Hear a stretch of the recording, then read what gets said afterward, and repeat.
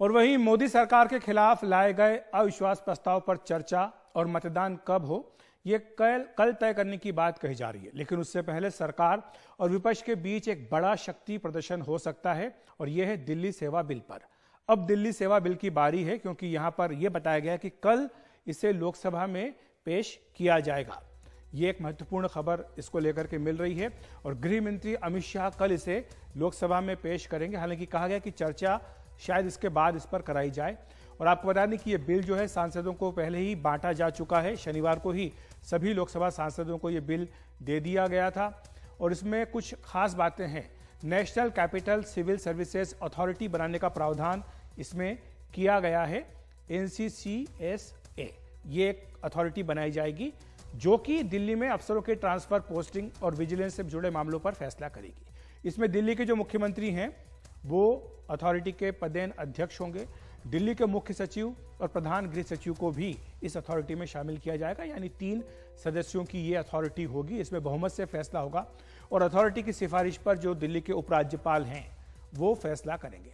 Authority और LG की राय अगर अलग अलग होती है किसी मुद्दे पर तो उसमें उपराज्यपाल का जो फैसला है वो अंतिम होगा। तो यानी दिल्ली के बॉस एक तरह से इस कानून के बनने के बाद LG ही रहेंगे। और ये जो बिल है इसके पारित होते ही अध्यादेश जो जारी किया गया था 19 मई को वो समाप्त हो जाएगा और उसकी जगह ये कानून ले लेगा। हालांकि आपको बता दें कि दिल्ली सेवा बिल जो आया है इसमें 19 मई को जो अध्यादेश जारी किया गया था ये उसकी हूबहू कॉपी नहीं है, कुछ अंतर हैं। इसमें 3 प्रमुख संशोधन किए गए हैं अध्यादेश की तुलना में। तो यानी अगर आप मान करके चल रहे हैं कि 19 तारीख का जो आया था अध्यादेश वही बिल में तब्दील हो रहा है, तो ऐसा नहीं है। 3 संशोधन इसमें किए गए। क्या संशोधन है एक बार नजर डाल लेते हैं। इसमें जो अध्यादेश का सेक्शन 3A था उसे सरकार ने अब इस बिल में हटा दिया है। 3A क्या था?